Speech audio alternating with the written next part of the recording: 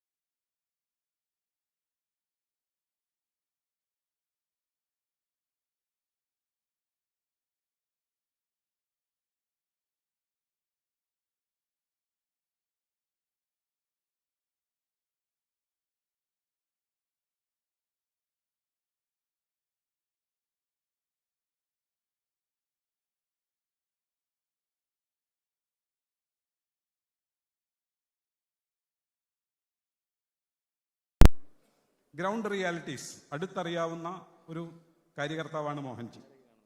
സമൂഹത്തിലും സംഘടനകളിലും ഒരു തലമുറ മാറ്റം, ഒരു ജനറേഷൻ ഷിഫ്റ്റ് സംഭവിക്കുന്ന കാഴ്ചപ്പാടുകളിലും സമീപനങ്ങളിലും ഒക്കെ വലിയ മാറ്റം പ്രകടമാകുന്ന ഒരു യുഗസന്ധിയിൽ, ഒരു കാലഘട്ടത്തിൽ സംഘത്തെ നയിക്കാൻ നിയോഗിക്കപ്പെടുകയും സംഘത്തിൻ്റെ കോർ വാല്യൂസ്, ആ മൂല്യങ്ങളിൽ ഉറച്ചു നിന്നുകൊണ്ട് കാലാനുസൃതമായി സംഘടനയെ മുന്നോട്ട് കൊണ്ടുപോകുന്നതിൽ കാര്യപ്രാപ്തി തെളിയിക്കുകയും ചെയ്ത സംഘചാലകാണ് മോഹൻജി ഭഗവത്.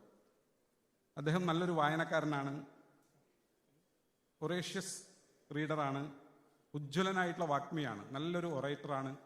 അദ്ദേഹത്തിൻ്റെ പ്രസംഗങ്ങൾ യൂട്യൂബിലൊക്കെ നമ്മൾ കണ്ടിട്ടുണ്ടാവും. എല്ലാ വർഷവും വിജയദശമി പ്രസംഗങ്ങൾ, ലോകം മുഴുവൻ കാതോർത്തിരിക്കുന്ന വിജയദശമി സന്ദേശം, അത് നമ്മളിൽ പലരും ഒരുപക്ഷെ കേട്ടിട്ടുണ്ടാവും. കുറച്ച് കോംപ്ലക്സ് ആയിട്ടുള്ള വിഷയങ്ങളായിട്ടുള്ള ഹിന്ദുത്വം, ദേശീയത, സംസ്കാരം, അവയൊക്കെ വളരെ ലളിതമായി അദ്ദേഹത്തിൻ്റെ പ്രസംഗങ്ങളിൽ, അദ്ദേഹത്തിൻ്റെ പ്രസൻറ്റേഷനുകളിൽ വിവരിക്കുന്നത് നമുക്ക് കാണാനായിട്ട് സാധിക്കും. നല്ലൊരു പാട്ടുകാരനാണ്. ക്ലാസിക്കലായിട്ട്, ശാസ്ത്രീയ സംഗീതം ക്ലാസിക്കലായി പഠിക്കുകയും ഇൻസ്ട്രുമെൻ്റ് സംഗീതത്തിൽ വളരെ വലിയ അഭിരുചിയും വൈദഗ്ധ്യവും അദ്ദേഹത്തിനുണ്ട്. കോടിക്കണക്കിന് വരുന്ന സ്വയം സേവകർക്കും ഹിന്ദു ദേശീയ സമൂഹത്തിനും ഒരു മാർഗദർശക ശക്തി, ഗൈഡിംഗ് ഫോഴ്സ് എന്ന നിലയിൽ അദ്ദേഹം നിലകൊള്ളുന്നു. ആദ്യമായാണ് തൃശ്ശൂർ പേരൂരിലെ സംഘത്തിന് പുറത്തുള്ള ആളുകൾക്ക്, പൊതുസമൂഹത്തിന് അദ്ദേഹത്തിൻ്റെ അഭിസംബോധന കേൾക്കാനായിട്ടുള്ള ഒരു അവസരം ഉണ്ടാകുന്നത്. അപ്പോൾ അതുകൊണ്ട് തന്നെ ഈ പരിപാടി വളരെ പ്രത്യേകതയുള്ള ഒരു പരിപാടിയാണ് എന്ന് നാം വിശ്വസിക്കുന്നു. കൃത്യം 4:30 തന്നെ സർസംഘചാലക് വേദിയിലേക്ക് എത്തും. പുഷ്പാർച്ചനയോടുകൂടി ആരംഭിക്കും. അതിനുശേഷം വന്ദേമാതരം, നമ്മുടെ ഹരീഷാണ് വന്ദേമാതരം ആലപിക്കുന്നുണ്ടാവുക. വന്ദേമാതരം ആലപിക്കുന്ന സമയത്ത് എല്ലാവരും എഴുന്നേറ്റ് നിൽക്കണമെന്ന് ഒരിക്കൽ കൂടി അഭ്യർത്ഥിക്കുകയാണ്. അതിനുശേഷം നമ്മുടെ കാര്യപരിപാടിയിലേക്ക് നമ്മൾ കടക്കും. മൊബൈൽ ഫോൺ സൈലൻ്റ് ആക്കി വെക്കണമെന്ന് ഒരിക്കൽ കൂടി ഓർമ്മിപ്പിക്കുന്നു. സർസംഘചാലക് ഇപ്പോൾ വേദിയിലേക്ക് എത്തും. നന്ദി, നമസ്കാരം.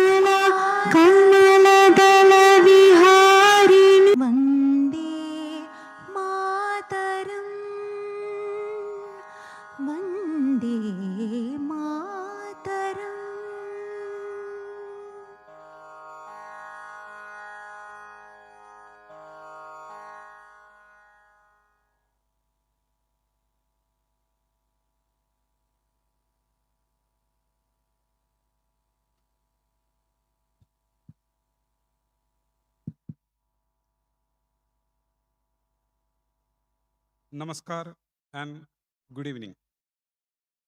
On behalf of Rashtriya Swayamsevak Sangh Uttara Keralam, it's my distinct privilege to extend a warm and respectful welcome to all our esteemed guests who have graciously joined us this evening for attending 100 years journey of Sangh New Horizons. As you all know, this is a program planned to connect with eminent citizens from various walks of life as a part of Shatabdi Karyakram of Rashtriya Swayamsevak Sangh. We are gathered here as we reflect upon a remarkable milestone, the completion of 100 years of RSS, a journey dedicated to national service, character building, and social harmony. All those who are sitting here as audience are deserve to be introduced personally, but I fear time doesn't permit it. Today, we are especially honored by the presence of our Mananiya Parampujaniya Sarsankachalak, Dr. Mohan Bhagwat ji, whose thoughts and guidance continue to inspire millions across the nation. Dr. Mohan ji Bhagwat hails from Chandrapur, near Nagpur. After completing his graduation in veterinary science 1974, he became Sankha Prajarak, holded many responsibilities as Nagar, Jilla, Vibhag, Prant Prajarak, Akhila Bharatiya Sharirik Shikshan Pramukh, Akhila Bharatiya Prajarak Pramukh, Akhila Bharatiya Saha Sarkari Vah, and Sarkari Vah. From 2009, he is serving us as Mananiya Sarsankachalak. Today, we have two more Sangha Karyakartas on dais. Now, I have the honor to introduce Advocate K.K. Balramji, who is sitting right to the Mohanji. Advocate K.K. Balramji, who is Manya Pranta Sankajalak of Uttara Kerala. Now, Keralam is, in RSS, Keralam is functioning as two prants, Uttara Keralam and Dakshina Keralam. Balramji was the Pranta Sankajalak of United Kerala, both Uttara and Kerala Prant. And after shifting function as two prants, now he is guiding us as Uttara Kerala Pranta Sankajalak. Balramji is from Kannur. He is a leading practicing lawyer at Kannur Bar and earlier served as Kerala Bar Council member. He is a renowned personality in all fields he engaged, especially professional and service to the nation. Now I take the privilege to introduce Manya Vibhag Sankajalak, who is sitting left to Mohanji, Sri K.S. Patmanabanji. Vibhag in Sangha means THRISSUR Revenue District. He was a government employee in Registration Department of Kerala and retired as Assistant Registrar and dedicated his rest of life to service the nation through RSS, now holding the responsibility of Manya Vibhag Sankachalak. We sincerely thank each one of you for your presence and participation. Your insights, experience, and perspectives enrich the dialogue and contribute to the success of this program. With great respect and anticipation, I now invite Param Pujaniya Dr. Mohan Bhagwat to address the gathering. Thank you.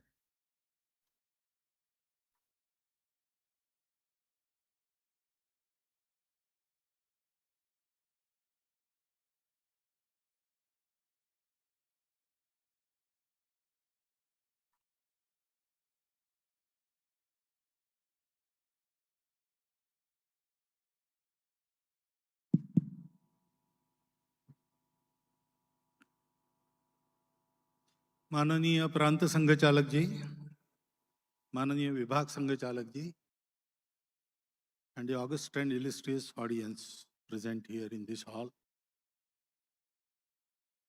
As you know, the Sangha work has completed its 100 years. And it was decided that once again we have to go to all the thinking persons of the country and tell them about RSS, which is 100 years old. Name is famous. If you say RSS in four corners of the world, everybody knows it is something inside Bharat, some movement, some activity, some organization. But what it exactly is, very few persons are clear about that. Because the nature of work of RSS is so that there is nothing comparable to it. Generally, when we get to know things, we start from known to unknown. So there has to be something comparable through which we know the unknown. But there are things which have no comparable another. So, Gaganam Gaganakaram Sagaram Sagaropama Rama Ravana Yor Yuddham Rama Ravana Yoriva. Sky is like sky. There is no comparable vast expanse like in any other place. Oceans, there is no comparable water body through which we can know vastness of ocean. Similarly, Sangha is also an organization of its own kind. It is a unique one. There is no comparison at present and at least for past 1,000 years. So if we try to guess what Sangha is from what we hear, it is not factual. If you try to see it from outside, we may be misled. Because our Swayamsevaks, they perform route marches. but we are not paramilitary organized. We practice martial arts, our Bharatiya martial arts, and small games, traditional games.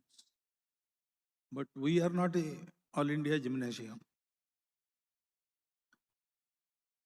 There is music in Sangha, there is band on the basis of Bharatiya ragas. The compositions are played. We sing songs individually as well as collectively. But we are no all India music club.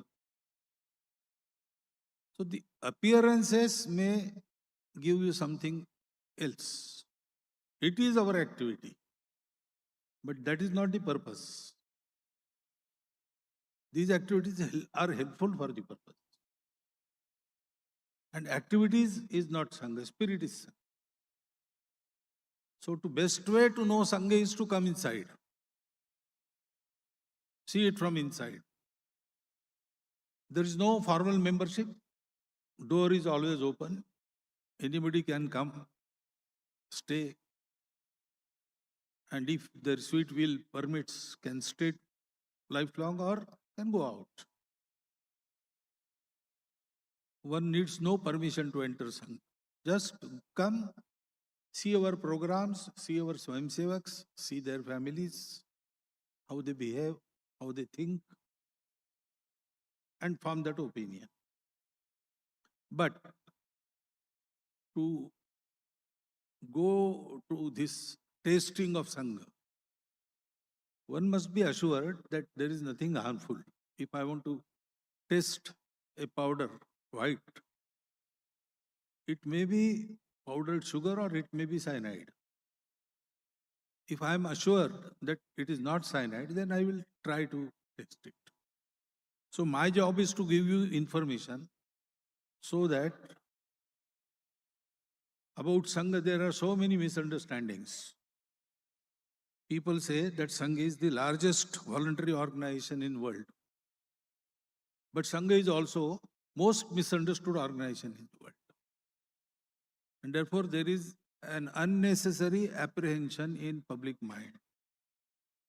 Now it has been dispelled to the large extent, but still it lingers in some minds. So I will give you the information so that you will feel that Sangha is nothing dangerous. We can test it.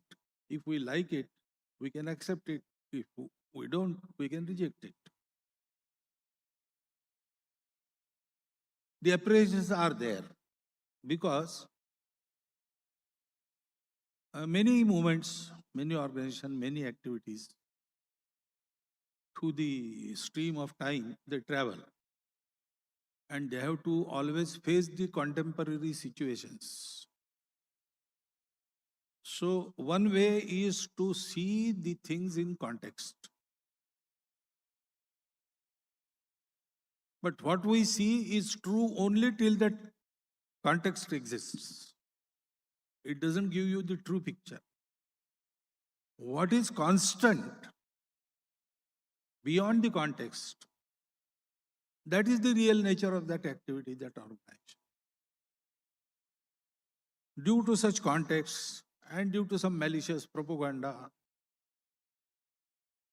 people are afraid if Sangha work grows, they may not be successful in their own endeavors to their own ends. So there is mispropaganda also. So what is Sangha? Sangha was not started as a reaction to particular situation or as an opposition to particular community. Sangha was not started with a political end in mind. It was not started for power or popularity. Sangha was started to fulfill all that is going on for the benefit of this country. In 1857, we lost the War of Independence in our own country at the hands of handfuls of British who came from thousands miles away. This weather was not for them. It was not the weather of their practice. And we had our armies, we had our kings, everything we had. Still we lost.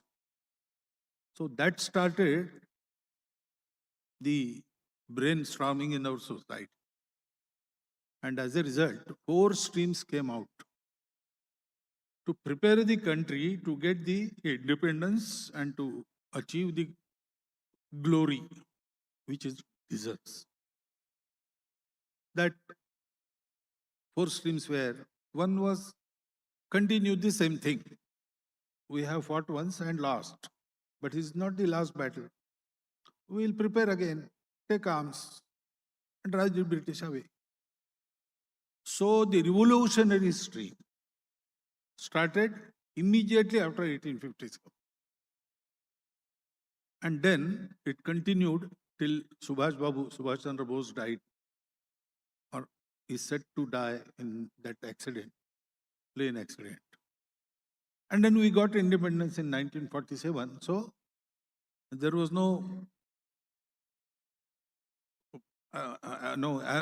it was not appropriate for the independent nation, the public of independent nation, to take up arms against their own government. So there was official conclusion also. Savarkarji, he officially concluded his Abhinav Bharat after independence. This is not now necessary. But that stream provided to us with so many ideals, so many inspirations, and it still continues to supply that inspiration to us. Another stream was, people thought that we were not politically aware, and therefore we have to bring about the political awareness in our people, so that society unitedly stands behind all the efforts of independence. And so, in the name of Indian National Congress, which was started by Sir Alan O. Hume, and he had in mind that this should be a safety wall for the Indian people's ire against the British. But our leaders then, they captured that instrument and they turned it into a weapon of independence. And it brought about immense political awakening, so that everybody strived in his own way, according to his own capacity, for the independence. Some went to jail, some started lifelong working for the cause. Every common man was thinking, we have to achieve the independence, and doing his own, according to his capacity, for the independence. But after independence, that purpose against the British was lost, because British were not there. So I think, because now there was no lofty goal, people started indulging in selfishness. And we know the present situation of our politics. I need not comment on that. I don't blame also. Third thing was, people said that our society doesn't deserve independence. We have to get rid of all our faults, all the superstitions, kuritis, the traditions which turned into some evils. We have to get rid of all that. We have to reform the society. And so the efforts for reform of the society all over the country, they came up. Right from Raja Ram Mohan Roy, even today they are going on. But somehow, what happened, I don't know. They became an island. They did not merge with the sea of people. See, there is a village near Nagpur wherein there were 38 castes. A Mahatma came there and he started the activity for caste eradication. He was Mahatma, he was well respected.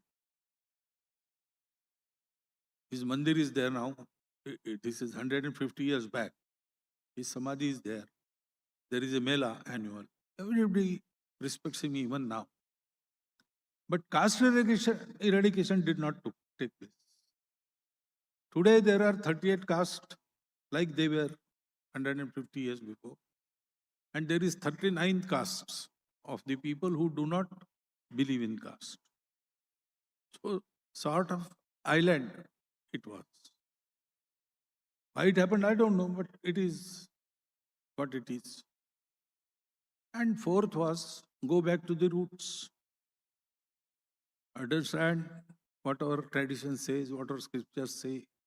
We have misread everything that has created so many evils. So first understand it. Then be proud of it. And serve the people. Bring them out of poverty and ignorance. So Swami Vivekananda, Swami Dayananda Saraswati, and so many Santa Mahatmas, they worked for that. Dr. Hedgevar, since childhood, he was engaged in all such activities which were going on for the emancipation of our society and country. He lost his parents when he was a teenage boy. On the same day, the distance of 1 hour, they were serving the plague patients and they contracted plague and both died on the same day. He was from the lower middle class family and there was no earner. Now, father and mother, he lost his parents. So there was dearth of money. He had to come up from the poverty. But he were always good in his studies and he participated in everything that was going on for the country. All these 4 steps. And he continued to do so. He was sent to Kolkata by the then leaders of the Nagpur society, Nagpur public, because they saw spark in Dr. Hedgevar. He organized the Vande Mataram movement in schools. He then was sent to Kolkata. In Kolkata, he was sent to study. That was the pretext. Study medical science, be a doctor. But real intention was to contact the Anushilan Samiti. That was the coordination committee of revolutionaries. And he did both jobs well. He passed after 4 years the final examination in first class, got the medical diploma, and then he also became inner committee member, core committee member of the Anushilan Samiti. He was interested with the responsibility of establishing revolutionaries in the region from Rajasthan to Andhra, arrange for their livelihood, supply with them with necessary arms, etc., etc., have the plans, have them executed. This organizing work he was interested with. So he had discussions with leaders also. He knew Lokmanya Tilak, he had discussions with him, with Mahatma Ji, with Subhash Babu, with Bhagat Singh Rajguru, with Savarkar Ji, his elder brother Babarao Savarkar, Madan Mohan Malviya. And then he came to know that everybody working in all these 4 streams for the betterment of the society, they think that, okay, we have taken up one issue and put all our mind behind that, so it will get resolved sooner or late. But what is the guarantee that it will not crop up again? Independence. The British were not the first aggressors. In the queue of aggressors, they were, I think, 7th or 8th. So again and again, handful of people came from outside. In no way they were superior to us, but still they conquered us. And it doesn't happen once, twice. It happens 7 times, 8 times. So there must be some inherent weakness in our society, or some weaknesses must have crept in the long period of history. We have to first get rid of those weaknesses, organize the society, make it strong, and make it qualified. There are so many divisions in our society. Selfishness has crept up and is growing. Still it is growing. So we have to treat this, but we don't have time. We have picked up our own issue and we are at it. So someone must pay attention to this work. And even Dr. Hedgewar's own experience and his study, his thinking told him that this was a necessity. To permanently finish all the ills that were plaguing our society, first we have to strengthen the society, organize it, connect everybody with everybody else in spite of all the diversities, and make them eligible. We have to create qualities. Due to absence of our oneness and due to absence of quality in us, we lost. No aggressor was qualified to conquer us. We provided the chances due to all these lackings. So we had to do it. So he said, okay, everybody else is taking care of other issues, including independence, tall personalities, great leaders. But this work is fulfilling all their efforts. So this work has to be done by somebody. So I can spare myself and I can apply to this work.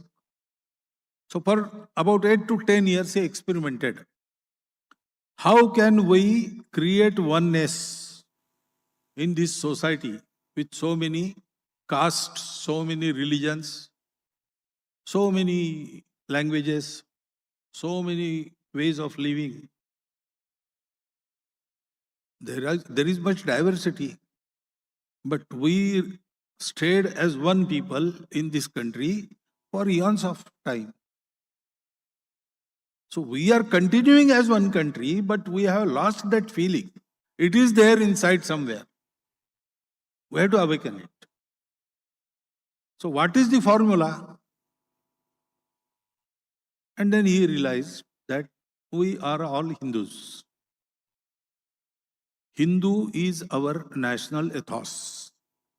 Our, to use the English word, civilizational identity. In our language we say Sanskritik Ekata. Emotional integration, directive principle of our constitution says that emotion is Hindutva. Now here, first question arises. What about others? Sangha thinks there are no others. There are no minority, majority. We are one people. Therefore, in Constitution, our Constitution makers, they did not mention we are this. They said, we the people. Because Bharat is not only a geography. Bharat is also Swabhava, nature. And that nature is very particular, very specific to Bharat. Nowhere else this nature is there. We say everything is ours, everybody is ours, and everybody is right. There are differences of opinions. But it is superficial. All opinions lead to the same thing. Because human beings are diverse by nature, diversities, they arise from the underlying unity. Their expression according to the vehicle they come in, the brain they come in. So everybody's brain is specific to him, his own vyaktitva, his own personality, his own thinking.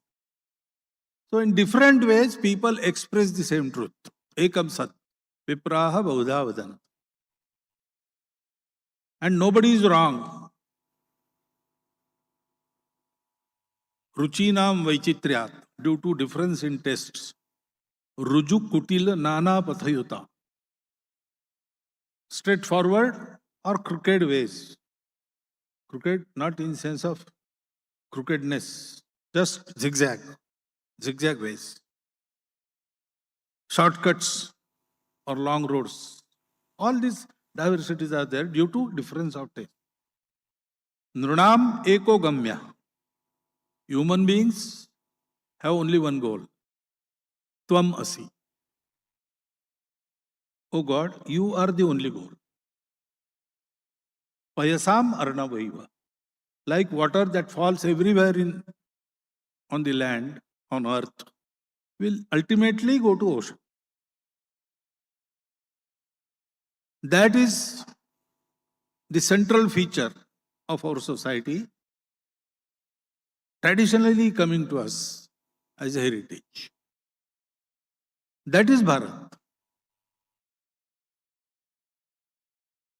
Our rishis realized that oneness is permanent, and that oneness is the source of eternal bliss, Shashvata Sukha.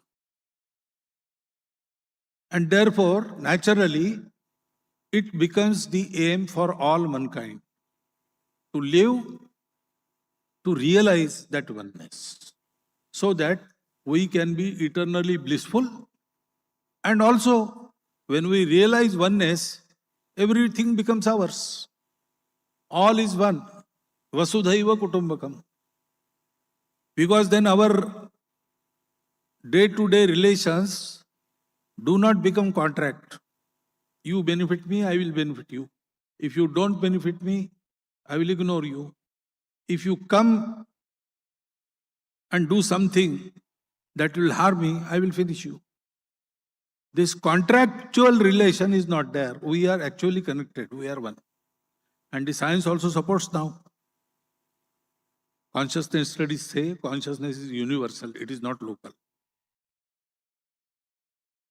So science is also leading to that. Sarvam Kalvidam Brahmam. And therefore our rishis start that if world is our family, everybody in that family is ours, we have got this secret to eternal bliss, the truth of oneness of existence. We have to give it to world. And to that end, we have to create an apparatus. Such a job cannot be done by a group of people, individuals, etc. So they created our nation for that. It was not created by any state power. Today, when we say nation, it means nation state. But our Rashtra is not centralized towards state. State didn't create us. Bhadram Ichchanda Rushya Swarvida. Rishi who had knowledge of this existence and had a benevolent intention in mind. They took Diksha and they performed tap. Tapo Diksham Upasai Duragari. By that, Tato Rashtram Balam Ojascha Jatam. And therefore it has been a God-given duty of Bharatvarsha, of Bharatiyas, to give the world this truth. The truth that connects everything, keeps them together, and brings progress to all. So, body, mind, and intellect. Today's the current knowledge of us says all these are separate. If you want to have bodily pleasure, you shut your intellect, shut your mind. If you want to have an intellectual, you have to shut other two. Together, they cannot happen. But this eternal principle says, yes, this connects these three as Atman. The current tradition says, if there is individualism, society will suffer. If there is socialism, individual will have to be in abeyance, have to control them. They will suffer. And if humanity develops, then environment suffers. If you don't want environment to suffer, then you have to leave progress. They cannot go together. But this principle, as dharma, as Paramatman, connects these three and brings about their progress together. Artha Kama, they are necessary purusharthas, desires, and for the fulfillment of that means, ends and means. But then also everybody experiences in the world that to some extent they can fulfill our desires and we become happy, but happiness is not lasting. We have to go beyond that to moksha, to salvation. Everybody knows in the world. But how to bring this together? We will have our desires fulfilled. We will have all the means required for that. And also we will go beyond that. We will not be entangled in these worldly pleasures. How to bring this simultaneously together? The discipline of dharma. Dharma is not religion. Religion is mode of worship. Do this, don't, do's and don'ts. Dharma is beyond that. All these do's and don'ts and worships are designed to lead us to dharma. That dharma is one. Manava dharma. But if we tell this to the world nowadays, they will say, you are talking Hindu dharma. Because these things were found by our ancestors. Whatever be our mode of worship today, we belong to the same ancestor. But that ancestry tells us this. And to give this to the world, Bharat has been given this burden. And the time is ripe now that we should once again arise and give dharma to the world. So, these things unite us. On that basis, we have a Sanskriti. That Sanskriti says, everybody is yours. So, there is no struggle. There is coordination, cooperation. You are taking everything from the world. You have to give back with gratitude, kritanyata. There has to be cooperation and coordination within us and with everything. Samanvaya. So, this particular nature, which is our Sanskriti, individuals have their own svabhavas. The social svabhava is Sanskriti. That connects us. That is there in every worshipper of our country. Whether their worship originated in Bharat or came from outside doesn't matter. These influences are still working there. The DNA is the same. And whatever we tell the world about us, world knows that we are all belonging to Bharat Mata. And we are Hindus. Those who do not call themselves Hindus are registered outside as Hindavis, those who have come from Hindus. This is a fact. So this connects us, Hindutva connects us beyond all worships, beyond all diversities. And our 100 years experiment proves that. Everybody can come, everybody can work for this country. With this spirit, all the Vedas, they go away. That is the first thing. So, first tenet of Sangha is Hindustan, Hindu Rashtra hai. Hindus versus Muslims and Christians, no, that is not the concept. Hindus as Vasudhaiva Kutumbakam. That is the concept. All diversities will continue. They will be accepted and respected. and there will be no conflict. That is it. Secondly, the task cannot be done by an individual or group of individuals, a party, a government. No. If we want to teach this to world, first Bharat has to attain glory. And for Bharat to attain glory, every Bharatiya has to put his stake in this task, put his effort in this task. Nobody can lead the society, can take this like sheep or like cattle. Nobody can take the society. Society can take everybody there. Society is supreme. We are witnessing it. If society changes its mind, within few days, they bring about change. That has happened so many times. Each election shows us this thing. So who is leading whom? Leaders are not leading the society. Society leads. In democracy, that happens. So, if we want to bring about change in Bharatvarsha, it's all instruments, laws and everything. First, we have to change the society. Without changing the society, that change cannot be achieved.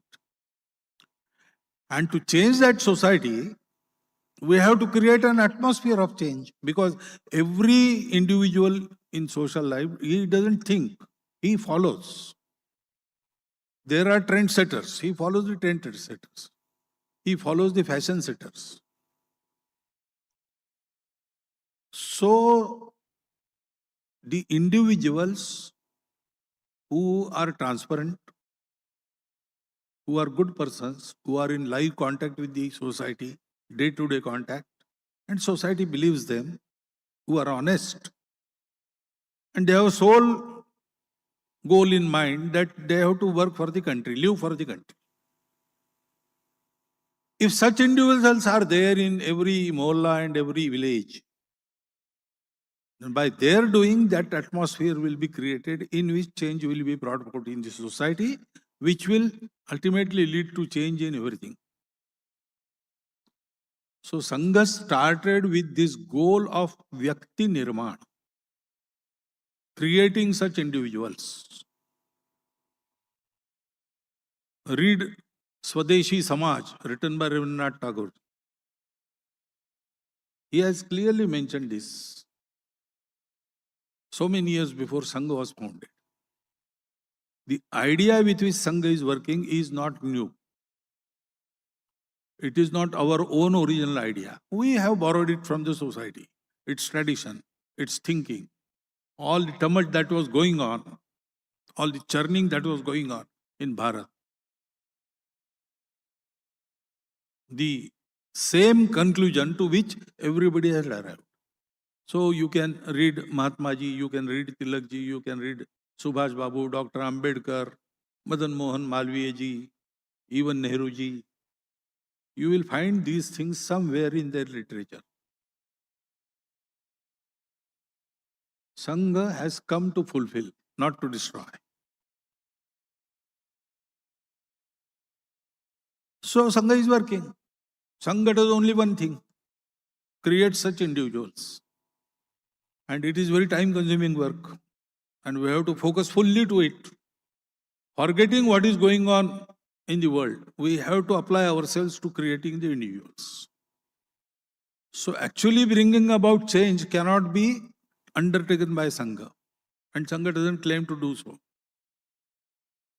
Sangha runs only shakhas. Sangha creates individuals. Sangha does nothing else. Sangha doesn't want to do anything else.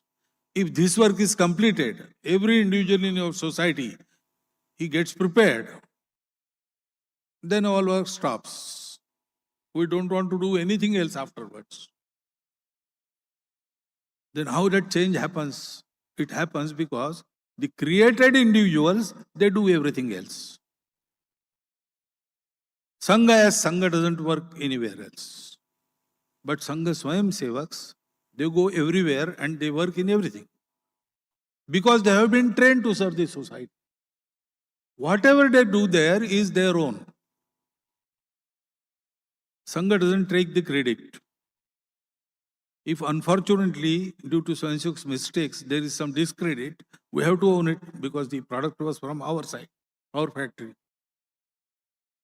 But whatever they do is independent, autonomous, they are doing it. We don't want that credit. We don't have that credit. Therefore, we don't want. So all the organizations from which you know RSS, generally nowadays, RSS, oh, Modi. That is what people say. Oh, Modi is Swansevak. Modi ji was our pracharak. He still lives like a pracharak. That is okay. He still is Swansevak. He will be lifelong. But he is Prime Minister. He is running the country according to Constitution. And he has to. His work is that political party is independent, autonomous, separate. And in initial stages, these works need some help, we provide it. But afterwards, they become independent in that matter also. So don't go see some Seva Bharati project and judge Sangha about, no. That is Seva work done by Seva Bharati. They are our Swayamsevaks. We are proud they are our Swayamsevaks. They will always be our Swayamsevaks. But Seva Bharati is a separate institution running independently, autonomously. This is the thing we have to understand. First thing, what Sangha means by Hindu. Second thing, this separateness of all the works. Swayamsevaks are ours forever. They work there according to what we have given them as thought. That is definite. But we don't control them. Not directly, not remotely. Naturally, because we are known to each other, we have been friends here in Sangha, there is sort of coordination goes on. Help is sought for any good work. We provide it. We don't need a Swayamsevak to provide help. We need a good work to provide help. If work is good, we will help anybody. That is how Sangha works. It has been working for 100 years. And it was a trial by fire. Initially, people ignored us completely. Nobody was with us, with our thought. Dr. Hedgewar, though he became a doctor, he didn't practice. He devoted his life full time for the country, for the Sangha. So we didn't have any finance. We didn't have any organ to propaganda. We never had support of the state. British were against us because our pratijna was to make the country independent. After independence, we changed it to all-round progress. But till independence, our oath was to try for the independence of our country. So British had very keen eye over our activities. And they tried to hinder us in every step. After that also, there were hostile governments. Even now, some governments, state governments are hostile to us. That happens. In spite of tooth and nail opposition to our work, our Swayamsevaks worked. They also had to pay the price by their life. But individuals and families, on the strength of their utter devotion to the cause, they have been working. And now there is some improvement in overall situation. Financially, we are independent. We support ourselves. We don't collect finance from the society for our work. Sangha is run by solely its Swayamsevaks. But now because there are so many Swayamsevaks, about 12 months expenditure is somehow met. We don't have surplus, we don't have a deficit. And that is the situation we want to maintain. And Swayamsevaks are doing so many good things. 1,30,000 small and large service projects are going on. Without taking any government money, they are running those projects. In sphere of every, in the social life, every sphere is occupied by some Swayamsevaks. They are running some institution, some organization, some party or something. Swayamsevaks are working everywhere. Society, that opposition is not there. There is admiration or at least curiosity. So people come and ask questions, get answers, come and see us, admire us. We don't have dearth of cooperation from this society. But what is our purpose? Our purpose is not to be a influential group, a large, voluminous group of individuals who is influencing every sphere of life. No, we want to organize the society. We don't want to create the organization within the society. We want to organize whole society. And therefore, also we have to create the atmosphere of change in the society. And therefore, after this 100 years programs are over, we are trying to, the title said New Horizons. So we are trying to tackle some new horizons. One is for change. It was mentioned in the introduction, the Pancha Parivartan. Pancha Parivartan are 5 activities, 5 initiatives. And everybody wants it to happen. But we have to start with ourselves and our families. Because unless we start in this society, no outside agency is going to bring about that change.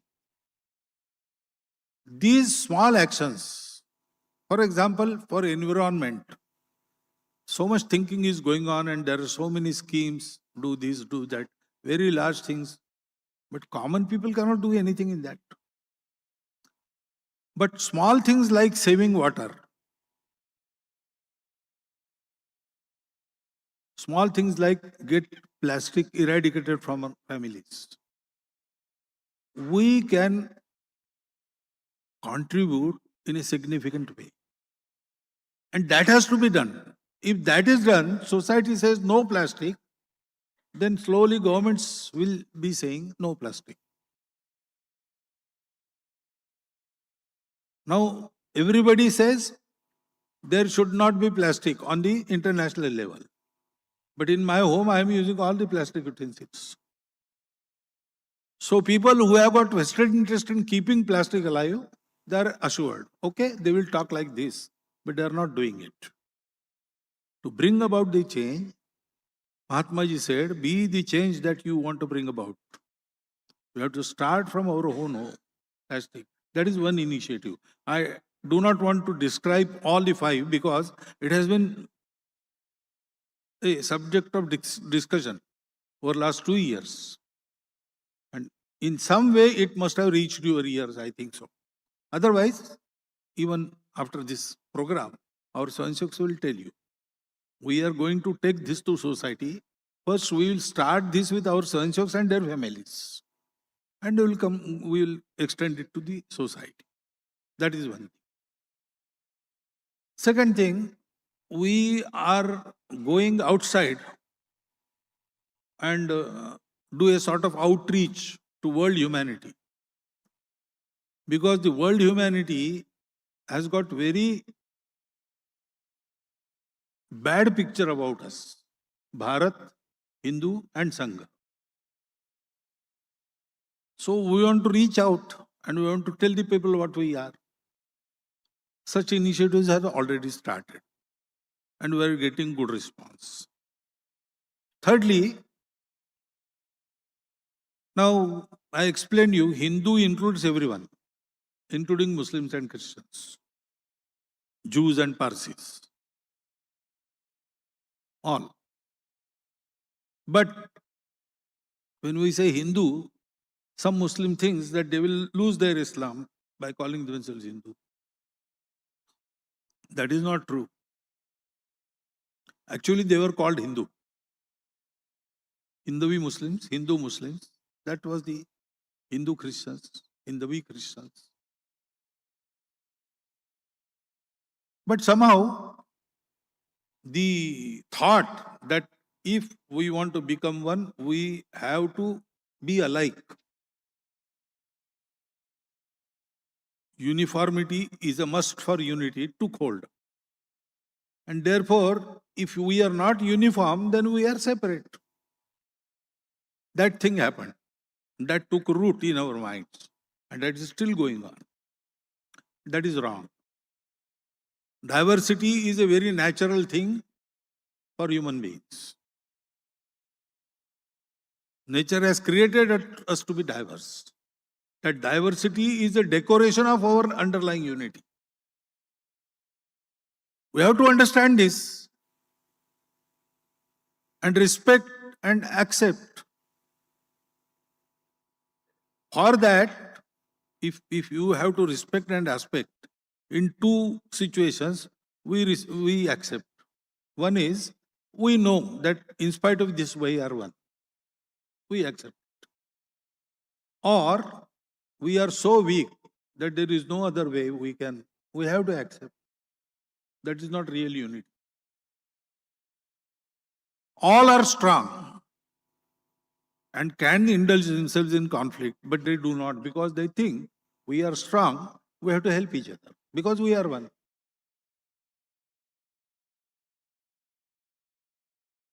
Vidya vivadaya, dhanam madaya, shakti paresham parapidana. The knowledge to create debate, to create rift. Wealth to be, क्या कहते हैं, magroor in English? But I don't get the word. But you understand. And the strength to crush the weak. That is khalasya. Vidya vivadaya dhanam madaya shakti paresham parapidanaya khalasya. The wicked persons do this. Sadho viparitametat. Good persons do the reverse. Jnanaya, danaya cha rakshanaya. They use knowledge to impart knowledge. They use wealth to serve the people, give dana. And they use Shakti to protect the weak. So, though we can do anything and everything, but we are one. We may look different, but that doesn't matter. Inner core is the same thing. Atman is in everybody and everything. Not just theory, we feel it. You can do one experiment.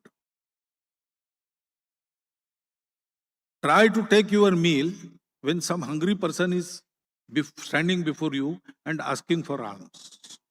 Without giving him, you cannot do it. Try to do it. You will not be able to do it.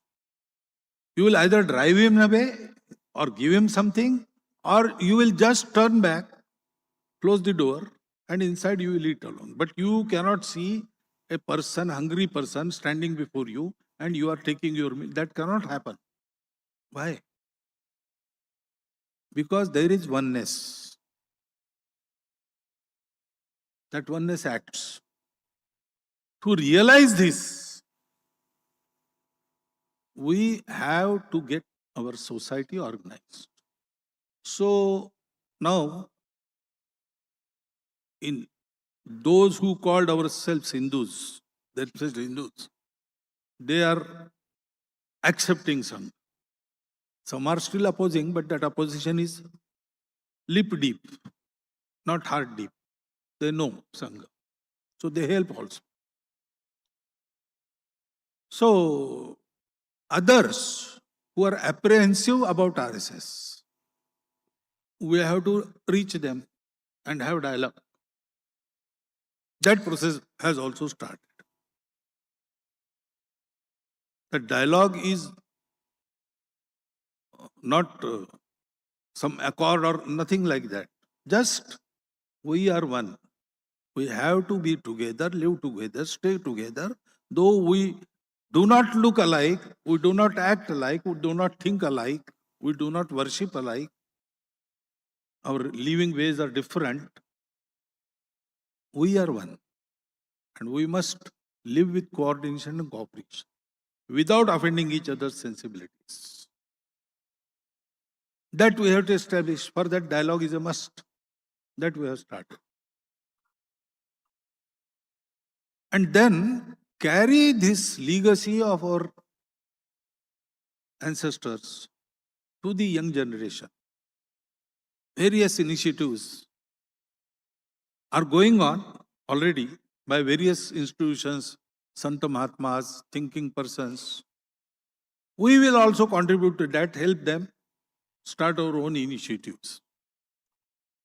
That is the next horizon we have in mind. Because as I said, we do not want to have an organization within the society. We have to organize whole of the society.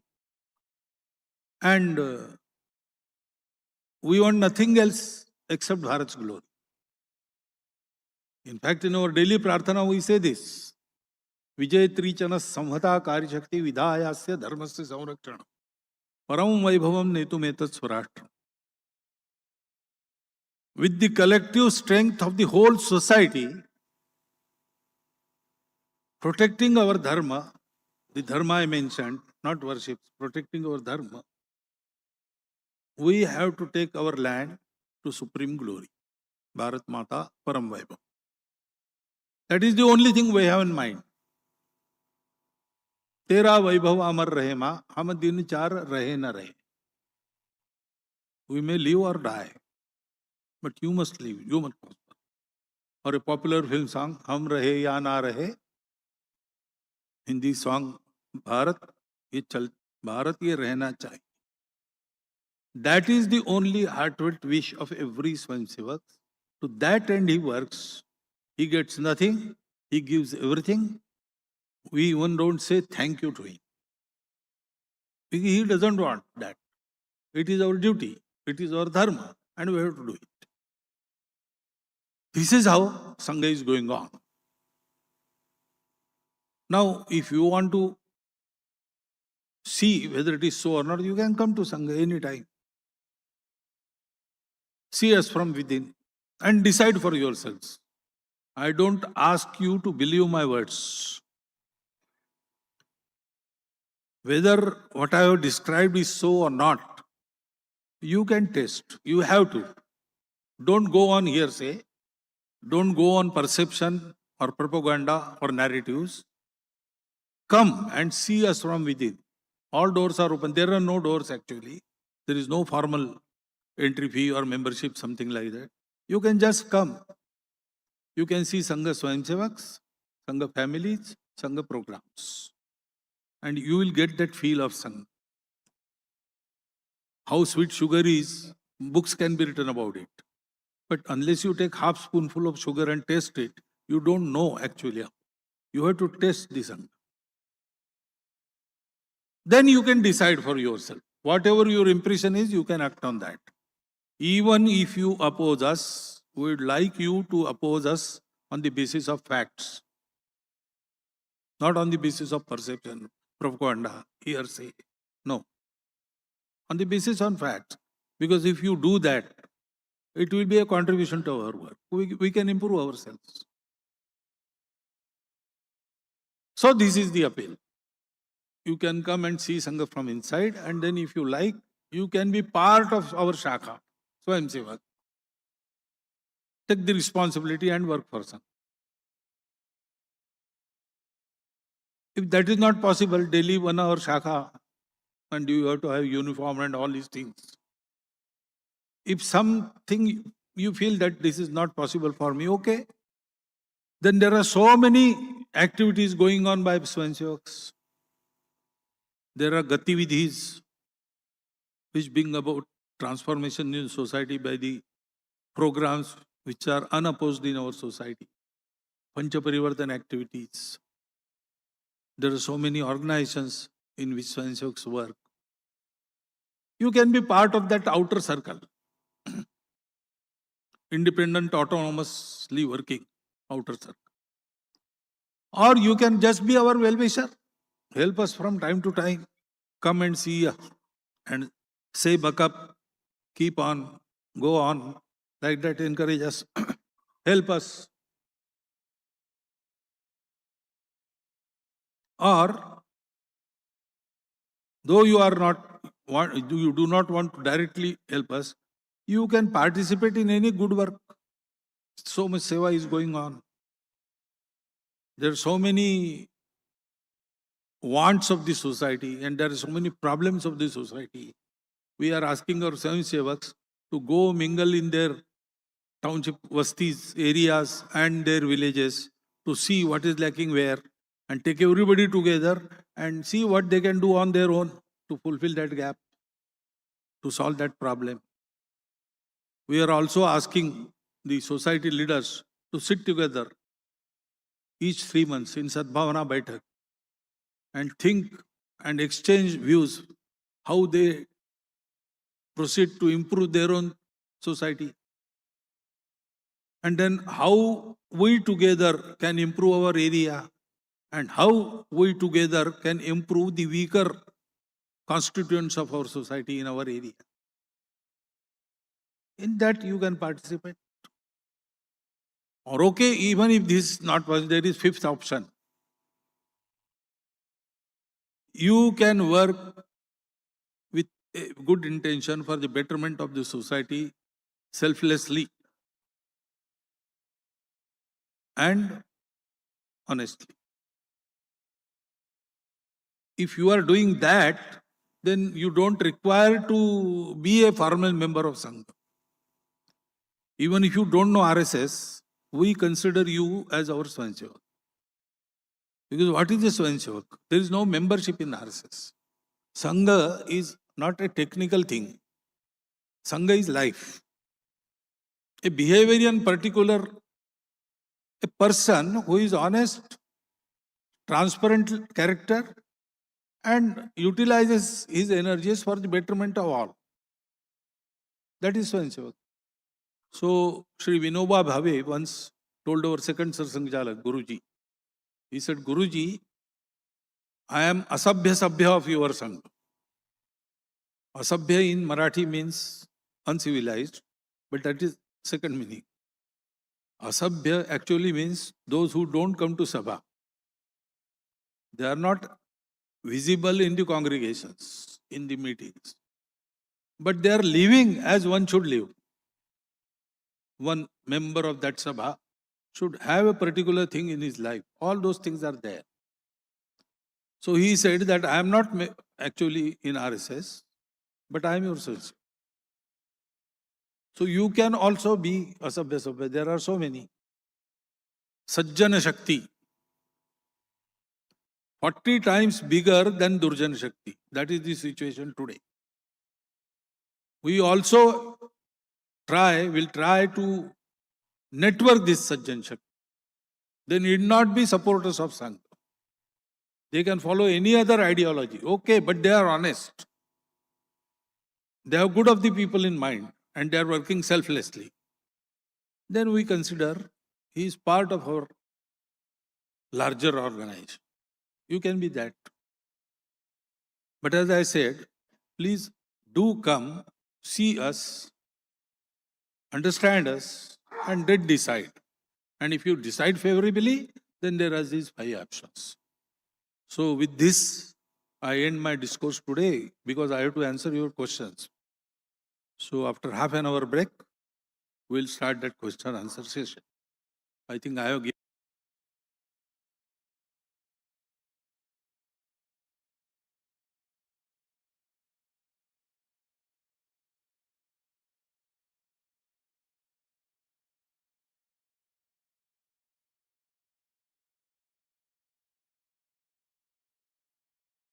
इसके बाद आज के दिन पे आके 2 back to back second year निकाले गए, यही हम बात करते हैं कि अगर आप एक शुरुआत ले लें अच्छी तरीके से तो फिर उसे कंटिन्यू करिए, उस मोमेंटम को अच्छे तरीके से बिल्ड करिए, जो अभी अभी लास्ट साडे ई स्पोर्ट्स ने करके दिखाया है।